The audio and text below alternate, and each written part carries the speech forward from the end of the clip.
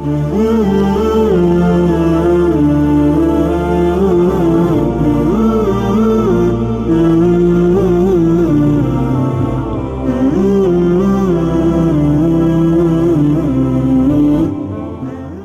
वालेकुम, मेरा नाम डॉक्टर नजमुल हक है। मैं एक क्लिनिकल ऑडियोलॉजिस्ट हूँ और मेरी स्पेशलिटी हेयरिंग एड्स और कॉक्लियर इम्प्लांट सर्जरीज हैं। हमारी क्लिनिक जो है नेशनल हेयरिंग सर्विसेज के नाम से जो है वो 2002 में जो है वजूद में आई थी। अब ये क्लिनिक अल्हम्दुलिल्लाह सारे मुल्क के अंदर जो है एक कॉमन सा फिगर जो है वो रखती है और इसके अलावा हमारे इंटरनेशनल जो है वो कोलीग्स भी जो है वो हमसे जो है करस्पॉन्ड करते रहते हैं। एट द नेशनल लेवल हमने जो है बहुत ज़्यादा सक्सेस हासिल की है। इसके अलावा इंटरनेशनल क्लाइंट्स जो है अब ग्रेजुअली जो है यहाँ पे अप्रोच कर रहे हैं। तो क्लिनिक की जो है बढ़ती हुई जो है साख को देखते हुए अब इंशाल्लाह जो है वो क्लिनिक डिफरेंट कंट्रीज़ के अंदर जो है वो अपनी सर्विसेज जो है वो प्रोवाइड कर रही है। तो हमारे पास जो है अफ्रीकन कंट्रीज़, अरब कंट्रीज़ और इसके अलावा जो है वो मिडल ईस्ट कंट्रीज़, ये सारी कंट्रीज़ के जो है वो पेशेंट्स जो हैं यहाँ पर रिपोर्ट होना शुरू हो गए। कॉक्लियर इम्प्लांट डिवाइस ये वर्ल्ड के अंदर जो है वो लेटेस्ट रिसर्च के तौर पे जो है सामने आई है और इसकी मदद से जो है वो समाज से महरूम जो लोग होते हैं उनके जो है ऑपरेशन किए जाते हैं और इसके ज़रिए उनकी समात बहाल की जाती है।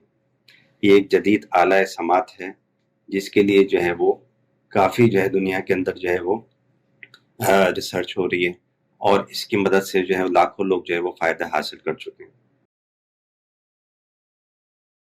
कॉक्लियर इम्प्लांट डिवाइस जो है कान के अंदरूनी हिस्से में जो है वो ईएनटी सर्जन्स की मदद से प्लेस की जाती है और इसका काम इस तरह होता है कि कान के जो है अंदर जिससे जिसको हम कॉक्लिया कहते हैं इसको स्टिमुलेट करते हैं, वहाँ से जो नर्व एंडिंग्स जारी होती है ब्रेन पे वो स्टिमुलेट होकर ये सारे के सारे जो है वो निज़ाम को बहाल करती है।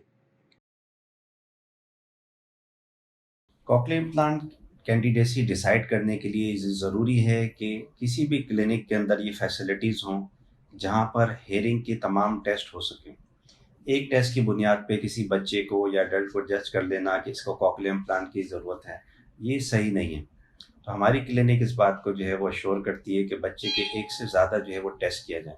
इसमें सबसे कॉमन टेस्ट जो है वो बैरा टेस्ट के नाम से मशहूर है। ये तकरीबन पाकिस्तान में हर जगह जो है इसकी फैसिलिटी अवेलेबल है। लेकिन इसके साथ-साथ हम जो है वो एडिशनल जो है वो टेस्ट करते हैं।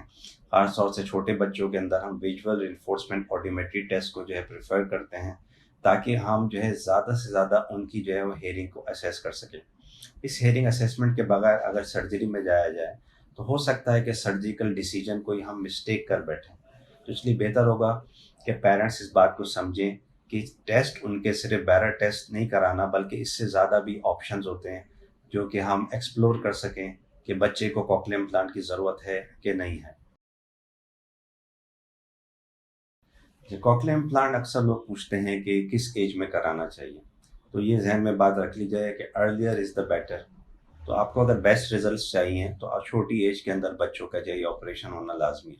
ख़ास तौर से हम रेकमेंड करते हैं कि 1 ईयर की एज जो है या अंडर 1 ईयर इसका डिसीजन ले लिया जाए और जल्द से जल्द प्रोसीड की जाए। इससे फ़ायदा ये होता है कि समाज की जो बहाली है, एक तो वो अच्छे तरीके से हो जाती है, फिर समाज को जो है वो समझने की सलाहियत अच्छी होती है और इसके साथ साथ जो है देखा ये गया है कि ऐसे बच्चों की स्पीच लैंग्वेज डेवलपमेंट में ज़्यादा क्लैरिटी आती है। अच्छा, अक्सर ये सवाल पूछा जाता है कि कॉक्लियर इम्प्लांट वाले जो यूज़र हैं, बच्चे हों या एडल्ट्स, उनको साउंड कैसी आएगी? यानी उनकी आवाज़ जो है किस किस्म की आएगी? तो उसमें देखा ये गया ज़्यादातर पेशेंट्स के रिस्पॉन्स होते हैं कि इनमें इलेक्ट्रॉनिक सी साउंड जो है वो आती है। ये हमारी तरह नॉर्मल लेवल्स की साउंड जो है नहीं समझी जाती, लेकिन ये भी देखा जाए कि बच्चे जो कि शुरू से पैदाइशी तौर से जिन्होंने कभी कोई आवाज़ नहीं सुनी, जब उनको ये आवाज़ मिलती है तो आहिस्ता-आहिस्ता उनका ब्रेन जो है इसी के यूज़्ड टू हो जाता है। तो over the period of several years या सेवरल मंथ्स इनकी ट्रेनिंग जब कंप्लीट होती है, तो ये काफ़ी हद तक जो है अपने मेन स्ट्रीम यानी नॉर्मल हियरिंग के जो है वो करीब पहुंच जाते हैं। इसके लिए ज़रूरी है कि प्रॉपर एज के अंदर जो है वो ऑपरेशन किया जाए, ख़ास तौर से बच्चों के अंदर, और ज़्यादा जो है वो डेफनेस को प्रोलॉन्ग ना किया जाए। तो एक सवाल पेरेंट्स हमसे जो ये भी करते हैं कि कॉक्लियर इम्प्लांट के जहाँ इतने फ़ायदे नज़र आ रहे हैं, बच्चा सुन सकता है, उसके सुनने के बाद बोल भी सकता है, वहाँ जो है इसकी लिमिटेशंस क्या हैं, इसकी हदूद क्या है? उसमें ये बात ज़हन में रखिए कि ये मैन मेड डिवाइस है। इसमें कभी भी जो है फॉल्ट आ सकता है। एक फॉल्ट आता है इलेक्ट्रॉनिक की फेलियर की वजह से और एक फॉल्ट आता है एक्सीडेंटल डैमेजेस की वजह से। अब एक्सीडेंटल डैमेजेस ज़ाहिर है किसी का हेड बैंग हो, किसी के जो है कहीं चोट लग जाए कहीं, या रास्ते में कहीं जो है कोई गिर जाए, तो ये पॉसिबिलिटीज़ में से हैं, लेकिन इनके चांसेस बहुत कम होते हैं। इसलिए कॉक्लियर इम्प्लांट सर्जरी बहुत एक सक्सेसफुल जो है वो सर्जरी है और इसकी डिवाइस भी काफ़ी स्ट्रॉन्ग होती है, इतनी जल्दी ख़राब नहीं होती। अक्सर पेरेंट्स हमसे ये पूछते हैं कि कॉक्लियर इम्प्लांट सर्जरी के बाद इसकी जो है कितनी जल्दी बच्चा जो है सुनने लगेगा या कितनी जल्दी बोल ना सकेगा। देखिए, ये सारी चीज़ें डिपेंड करती हैं कि बच्चे की एज ऑफ ऑपरेशन क्या है, और ये भी डिपेंड करता है कि बच्चे जो है वो किस तरह उनकी डिवाइस को सेट किया जा रहा है।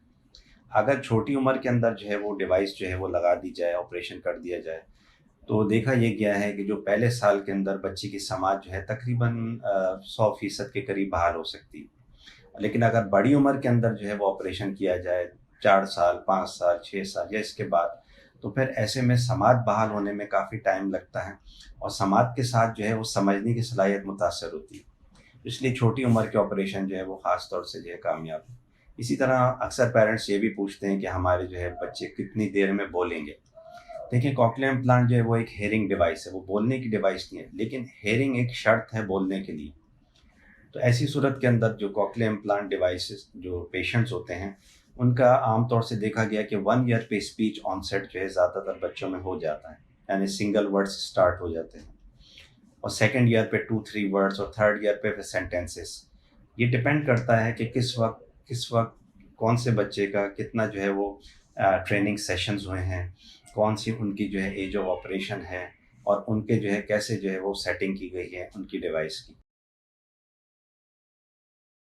कॉक्लियर इम्प्लांट कॉस्ट के हवाले से बहुत से पेरेंट्स हमसे जो है इंक्वायरीज करते रहते हैं। याद रखिए, ये मैन मेड डिवाइस है और इसके मैन्युफैक्चरर्स बहुत कम हैं। पाकिस्तान के अंदर इस वक्त 3 मैन्युफैक्चरर्स जो है वो डोमिनेट कर रहे हैं, और हर मैन्युफैक्चरिंग की हर मॉडल्स की डिफरेंट प्राइसिंग है। कुछ हमारी गवर्नमेंट ने इसमें जो है इनिशिएटिव लिया और बैतुल माल के ज़रिए कुछ सस्ती डिवाइसेस जो है वो प्रोड्यूस की हैं, लेकिन प्राइवेट सेक्टर के अंदर ये डिवाइस काफ़ी एक्सपेंसिव है। और एक रफ एस्टिमेट मैं आपको बता देता हूँ कि बॉटम लाइन अगर हम देखें, तो कम से कम भी कॉक्लियर इम्प्लांट की डिवाइस $10,000 से स्टार्ट होती है।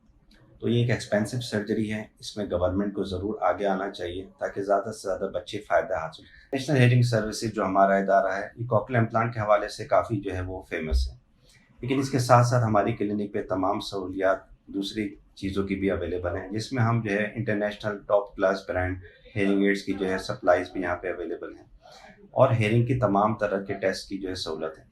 इसी तरह हमारे जो है तमाम के तमाम जो हॉस्पिटल्स से जो बड़े हॉस्पिटल्स हैं, इनमें कॉन्ट्रैक्ट्स हैं और यहाँ पर हम अपनी सर्जरीज कंडक्ट करते हैं, और इन फेमस हॉस्पिटल्स की मदद से जो है वो हम लोग अपने जो है वो क्लिनिक्स पे पेशेंट्स को जो है वो ज़्यादा जो है वो बेहतर तरीके से डील कर सकते हैं। इस वक्त बड़े बड़े हॉस्पिटल्स के अंदर जो है वो जैसे आगा खान हॉस्पिटल है, लियाकत नेशनल हॉस्पिटल है, OMI हॉस्पिटल हैं, डॉ इंटरनेशनल हॉस्पिटल है, यहाँ पे हमारे जो है वो प्रोजेक्ट्स जो है वो चल रहे हैं, और इन प्रोजेक्ट्स की मदद से जो है वो हम पेशेंट्स को जो है वहीं जाकर जो है सर्विसेज प्रोवाइड भी करते हैं, और उनके पेशेंट्स को जो है वो राउंड द क्लॉक जो है वो सर्विस की फैसिलिटी अपनी क्लिनिक के थ्रू भी देते हैं।